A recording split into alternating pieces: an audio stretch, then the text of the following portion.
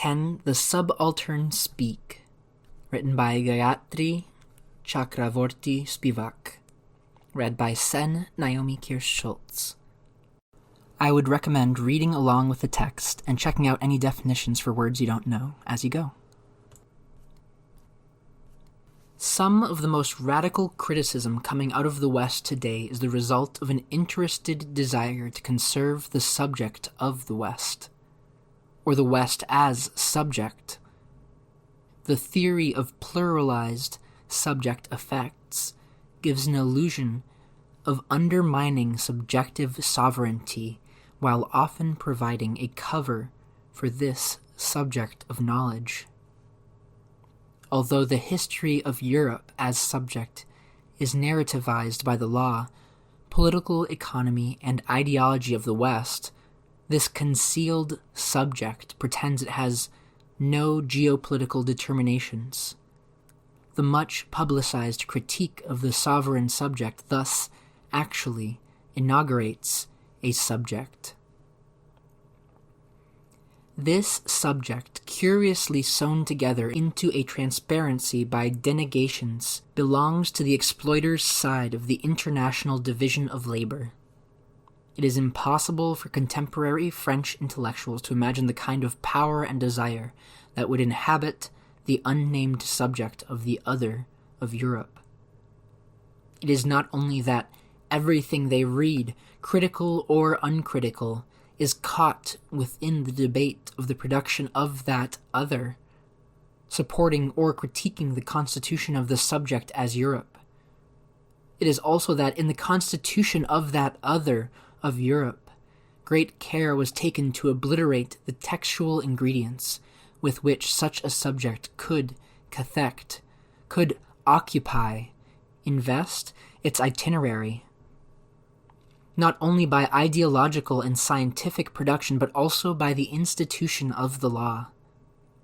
In the face of the possibility that the intellectual is complicit in the persistent constitution of other as the self's shadow, a possibility of political practice for the intellectual would be to put the economic under erasure, to see the economic factor as irreducible as it reinscribes the social text, even as it is erased, however imperfectly, when it claims to be the final determinant or the transcendental signified. The clearest available example of such epistemic violence is the remotely orchestrated, far-flung, and heterogeneous project to constitute the colonial subject as other. This project is also the asymmetrical obliteration of the trace of that other in its precarious subjectivity. It is well known that Foucault locates epistemic violence, a complete overhaul of the episteme, in the redefinition of sanity at the end of the European 18th century. But what if that particular redefinition was only a part of the narrative of history in Europe as well as in the colonies? What if the two projects of epistemic overhaul worked as dislocated and unacknowledged parts of a vast two-handed engine? Perhaps it is no more than to ask that the subtext of the palimpsestic narrative of imperialism be recognized as subjugated knowledge, a whole set of knowledges that have been disqualified as inadequate to their task or insufficiently elaborated, naive knowledges located low down on the hierarchy beneath the required level of cognition or scientificity.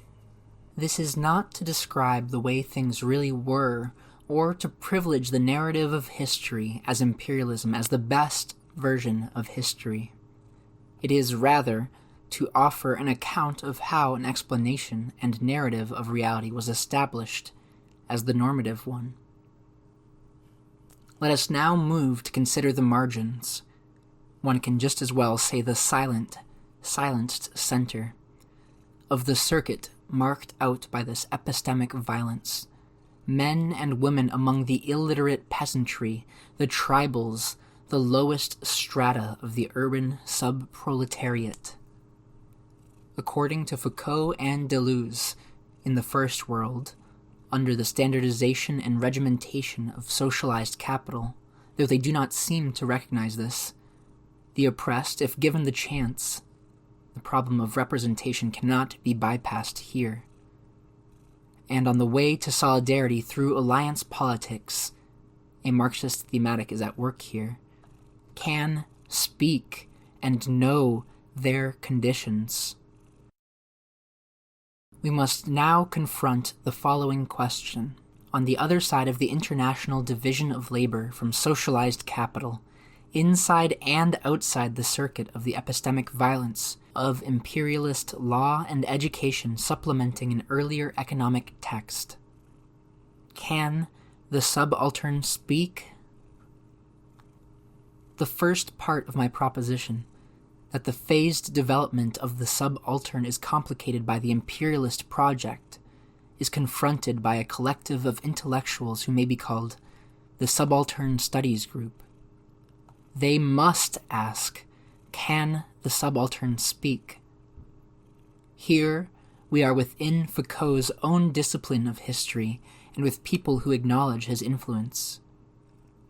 Their project is to rethink Indian colonial historiography from the perspective of the discontinuous chain of peasant insurgencies during the colonial occupation. This is indeed the problem of the permission to narrate, discussed by Said in 1984. As Ranajit Guha argues, the historiography of Indian nationalism has for a long time been dominated by elitism, colonialist elitism and bourgeoisie nationalist elitism, sharing the prejudice that the making of the Indian nation and the development of the consciousness nationalism which confirmed this process were exclusively or predominantly elite achievements. In the colonialist and neo-colonialist historiographies, these achievements are credited to British colonial rulers, to administrators, policies, institutions, and culture. In the nationalist and neo-nationalist writings, to Indian elite personalities, institutions, activities, and ideas. Certain varieties of the Indian elite are at best native informants for First World intellectuals interested in the voice of the other, but one must nevertheless insist that the colonized subaltern subject is irretrievably heterogeneous. Against the indigenous elite we may set what Guha calls the politics of the people, both outside, this was an autonomous domain, for it neither originated from elite politics nor did its existence depend on the latter, and inside, it continued to operate vigorously in spite of colonialism, adjusting itself to the conditions prevailing under the Raj, and in many respects developing entirely new strains in both form and content. The circuit of colonial production. I cannot entirely endorse this insistence on determinate vigor and full autonomy, for practical historiographic exigencies will not allow such endorsements to privilege subaltern consciousness. Against the possible charge that his approach is essentialist, Guha constructs a definition of the people, the place of that essence, that can be only an identity indifferential. He proposes a dynamic stratification grid describing colonial social production at large. Even the third group on the list, the buffer group as it were between the people and the great macro-structural dominant groups, is itself defined as a place of in-betweenness, what Derrida has described as an entre in 1981. The first and second groups are elite. Group number 1, dominant foreign groups. Group number 2, dominant indigenous groups on the all-India level. Third is the dominant indigenous groups at the regional and local levels. And fourth, The terms people and subaltern classes are used as synonymous throughout Guha's definition. The social groups and elements included in this category represent the demographic difference between the total Indian population and all those whom we have described as the elite. Consider the third item on this list, the entre of situational indeterminacy these careful historians presuppose as they grapple with the question, can the subaltern speak? Taken as a whole and in the abstract, this category was heterogeneous in its composition, and thanks to the uneven character of regional economic and social developments, different from area to area. The same class or element which was dominant in one area could be among the dominated in another.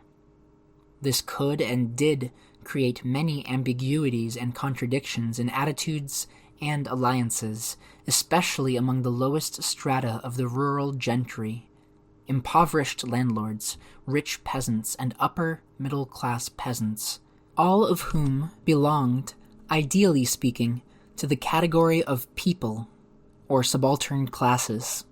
The task of research projected here is to investigate, identify, and measure the specific nature and degree of the deviation of the elements, constituting item 3 from the ideal and situate it historically.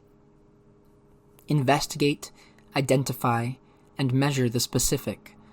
A program could hardly be more essentialist and taxonomic. Yet a curious methodological imperative is at work. I have argued that, in the Foucault-Deleuze conversation, a post-representationalist vocabulary hides an essentialist agenda. In subaltern studies, because of the violence of imperialist epistemic, social, and disciplinary inscription, a project understood in essentialist terms must traffic in a radical textual practice of differences. The object of the group's investigation, in the case not even of the people as such, but of the floating buffer zone of the regional elite subaltern, is a deviation from an ideal, the people or subaltern, which is itself defined as a difference from the elite. It is toward this structure that the research is oriented, a predicament rather different from the self-diagnosed transparency of the first world radical intellectual. What taxonomy can fix such a space? Whether or not they themselves perceive it, in fact, Guha sees his definition of the people within the master-slave dialectic. Their text articulates the difficult task of rewriting its own conditions of impossibility as the conditions of its possibility. At the regional and local levels, the dominant indigenous groups, if belonging to social strata hierarchically inferior to those of the dominant all-Indian groups, acted in the interests of the latter and not in conformity to interests corresponding truly to their own social being. When these writers speak in their essentializing language of a gap between interest and action in the intermediate group, their conclusions are closer to Marx than to the self-conscious naivete of Deleuze's pronouncement on the issue. Guha, like Marx, speaks of interest in the terms of the social rather than the libidinal being. The name of the father imagery in the 18th Brumaire can help to emphasize that, on the level of class or group action, true correspondence to own being is as artificial or social as the patronymic. So much for the intermediate group marked in item 3. For the true subaltern group whose identity is its difference, there is no unrepresentable subaltern subject that can know and speak itself. The intellectual solution is not to abstain from representation. The problem is that the subject's itinerary has not been traced so as to offer an object of seduction to the representing intellectual. In the slightly dated language of the Indian group, the question becomes, how can we touch the consciousness of the people, even as we investigate their politics. With what voice consciousness can the subaltern speak? Their project, after all, is to rewrite the development of the consciousness of the Indian nation. The planned discontinuity of imperialism rigorously distinguishes this project, however old-fashioned its articulation, from rendering visible the medical and juridical mechanisms that surrounded the story of Pierre Rivière. Foucault is correct in suggesting that to make visible the unseen can also mean a change of level, addressing oneself to a layer of material which had hitherto had no pertinence for history and which had not been recognized as having any moral, aesthetic, or historical value. It is the slippage from rendering visible the mechanism to rendering the individual, both avoiding any kind of analysis of the subject, whether psychological, psychoanalytical, or linguistic, that is consistently troublesome. Foucault, 1980. When we come to the concomitant question of the consciousness of the subaltern, the notion of what the work cannot say becomes important. In the semioses of the social text, elaborations of insurgency stand in the place of the utterance. The sender, the peasant, is marked only as a pointer to an irretrievable consciousness. As for the receiver, we must ask, who is the real receiver of an insurgency? The historian, transforming insurgency into text for knowledge, is only one receiver of any collectively intended social act. With no possibility of nostalgia for that lost origin, the historian must suspend, as far as possible, the clamor of his or her own consciousness, or consciousness effect, as operated by disciplinary training, so that the elaboration of the insurgency, packaged with an insurgent consciousness, does not freeze into an object of investigation. Or, worse yet, a model for imitation. The subject implied by the text of insurgency can only serve as a counter possibility for the narrative sanctions granted to the colonial subject in the dominant groups. The post-colonial intellectuals learn that their privilege is their loss. In this way, they are a paradigm of the intellectuals. It is well known that the notion of the feminine, rather than the subaltern of imperialism, has been used in a similar way within deconstructive criticism and within certain varieties of feminist criticism. In the former case, a figure of woman is at issue, one whose minimal predication as indeterminate is already available to the phallocentric tradition. Subaltern historiography raises questions of method that would prevent it from using such a ruse. For the figure of women, the relationship between women and silence can be plotted by women themselves. Race and class differences are subsumed under that charge. Subaltern historiography must confront the impossibility of such gestures. The narrow epistemic violence of imperialism gives us an imperfect allegory of the general violence that is the possibility of an episteme. Within the effaced itinerary of the subaltern subject, the track of sexual difference is doubly affected. The question is not of female participation in insurgency, or the ground rules of the sexual division of labor, for both of which there is evidence. It is rather that, both as object of colonialist historiography and as subject of insurgency, the ideological construction of gender keeps the male dominant. If, in the context of colonial production, the subaltern has no history and cannot speak, the subaltern as female is even more deeply in shadow. This has been Can the Subaltern Speak? Written by Gayatri Chakravorty Spivak. Read by Sen Naomi Kirsch-Schultz. Thanks for reading.